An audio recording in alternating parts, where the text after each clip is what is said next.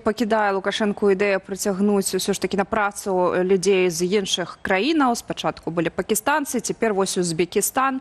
Прычым адметна, што прэзідэнт Узбекістана паабяцаў асабіста кантраляваць, хто менавіта будзе прыязджаць у Беларусь, а тут адказнасць хочуць персанальна павесіць на дырэктароў прадпрыемстваў. Вось чаму так адбываецца, чаму, на вашу думку, не працуюць рынкавыя механізмы? Што ж, каб людзі працавалі, патрэбны такі жорсткі кантроль? То есть, я адразу зверну увагу, что там президент Узбекистана будет особенно сочить, кто приезжает. А тут все ж таки не Лукашенко, а директори предприемства. Да? То есть, Лукашенко с себе отказность здымае загадзя. Ну, але насамрэч. Ну, мы ж памятаем, что то же самое было на перамовах с премьер-министром Пакистана. Да? Калі Лукашенко зваў у Беларусь 150 тысяч пакистанцев, але приехала зараз, ну, здаецца, там 2 сотні, 2-3 сотні гэтых пакистанцев в Беларусь приехала. Так, рыночныя стымулы не працуюць, таму што ну, Беларусі няма чаго прапанаваць гэтым працоўным мігрантам з іншых краінаў, таму што беларускія заробкі, нягледзячы на тое, што яны там растуць, яны ўсё роўна застаюцца вельмі нізкім. Там сярэдні беларускі заробак зараз, здаецца, ну, меншы, чым у Арменіі ці ў Малдове, хаця там нам гадамі распавядалі пра тое, што ну, хаця вось, да, Арменія і Молдова, гэта вось у беларускай прапагандзе заўсёды былі такія прыклады, як вось краіны там бедна жывуць. Ну то вось віншую, у Беларусі зараз гэтыя заробкі меншыя, чым у гэтых краінах. Таму няма чаго прапанаваць, ну таму трэба дамаўляцца. Але я мяркую, што з узбекістанцамі будзе прыкладна тое ж самае, што было з пакістанцамі. То бок, ну, ніякія сотні тысяч узбекістанцаў у Беларусь не паедуць. Тлумачачы патрэбу працоўных мігрантаў, улада адзначаюць, ну, вось беларусы проста не хочуць працаваць, ну, і людзей не хапае, вядома. Усё ж такі, ці галоўная прычына тое, што беларусы лянівыя, што яны не хочуць працаваць, ці ёсць іншыя прычыны, якія, ну, афіцыйна не афішуюць улады? Які ў нас маштаб? Ну, слухайте, калі у вас з'ехала 600 тысячаў чалавек, да, з краіны, то, конечно, вам будзе не хапаць людзей. Да? То бок, як бы у Беларусі да гэтага была, ну, у Беларусі дрэнная дэмаграфічная сітуацыя. Яна была такой і до 2020 году, яна такая ж дрэнная, як у іншых еўрапейскіх краінах. Але пасля вось 2020 году на гэта наклалася вось гэта масавая іміграцыя беларусаў, масавы ад'езд там. І зараз дэфіцыт кадраў ён складае, ну, зараз недзе каля 200 тысячаў чалавек, да, там гэта вагаецца, там 170, 180 тысяч, вось, ну, людзей не хапае, і ніякія гэтыя мігранты, ну, то бок гэта можна было вырашыць менавіта якраз прыцягненнем мігрантаў, але, зноў жа, Беларусі няма чаго гэтым мігрантам прапанаваць. Вось, ну, а вяртаць беларусаў, конечно, беларускія ўлады, ну, не хочуць, беларусы беларускім уладам не патрэбныя.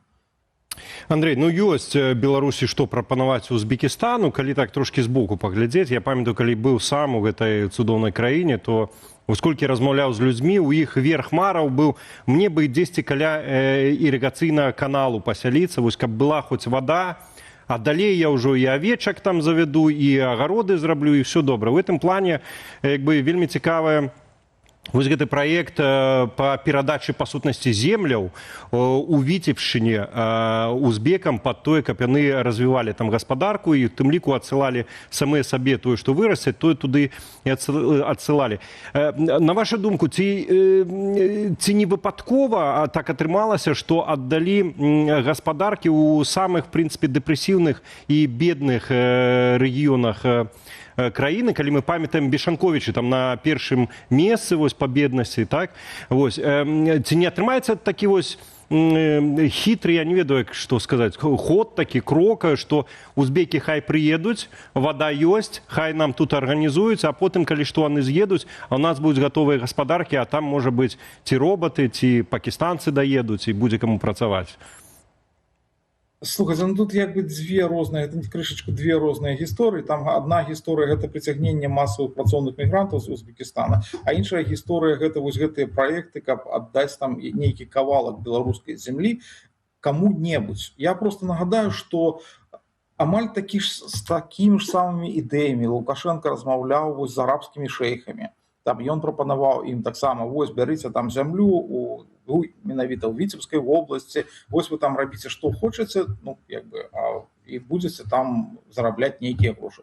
Тое ж самае Лукашенко прапанаваў кітайцам таксама: вось бярыце нейкую зямлю ў Беларусі, будзеце тут вырошчваць там кветкі, будзеце тут вырошчваць садавіну і ўсё гэта адпраўляць у Кітай. Але нешта чамусьці гэтыя праекты да гэтага часу не запрацавалі.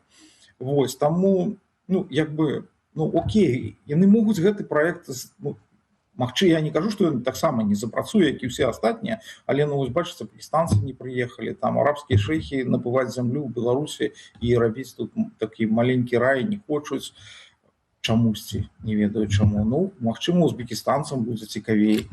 Хаця я, шчыра кажучы, не ўпэўнены, але гэта іншая, ўсё ж такі гэта іншая гісторыя у параўнанні з прыцягненнем гэтых масавых мігрантаў, бо гэта ж не інвестараў яны будуць прыцягваць, яны хочуць, каб там гэтыя узбекістанцы ў Беларусі працавалі. Андрей, апошняе пытанне, калі караценька, ці можа быць тут тлумачэннем спецыфічнае разуменне уладамі Беларусі свабоды бізнесу, свабоды вядзення бізнесу, тому што, па логіцы хаця б, аддалі табе там Шумілінскі альбо Бешанковіцкі раён, ты прыехаў, сам свой бізнес зрабіў, свой капітал увёў, і калі у цябе поўная свабода, ты можаш па узбецкіх, можаш па якіх заўгодна законах бізнесу рабіць гэтыя грошы, і як бы ўсё, зямля ёсць, чаго яшчэ трэба. Ці пытанне свабоды тут адыгрывае ролю, калі можна караценька? Я мяркую, што менавіта так і ёсць. Я мяркую, што вось калі там яны пачынаюць гэтыя размовы, Лукашенко кажа там гэтым, напрыклад, арабскім шэйкам: вось бярыце кавалачак беларускай зямлі, яны кажуць: выдатна, цудоўна, мы возьмем, чаму не? Але потым, калі яны сутыкаюцца з канкрэтнымі умовамі працы, якія ёсць у Беларусі, якія ім прапануюць, яны бачаць, што яны нават свае грошы з Беларусі вывезці не могуць. Яны кажуць: не, дзякуй, мы неяк дзе-небудзь у іншым месцы будзем будаваць вось гэты рай на зямлі. Карацей, без свабоды аніякага раю не будзе. Вось так падсумуем нашу размову. І без свабоды, але просто без нармальных умоваў гаспадарання, а не з тымі, якія ёсць тут.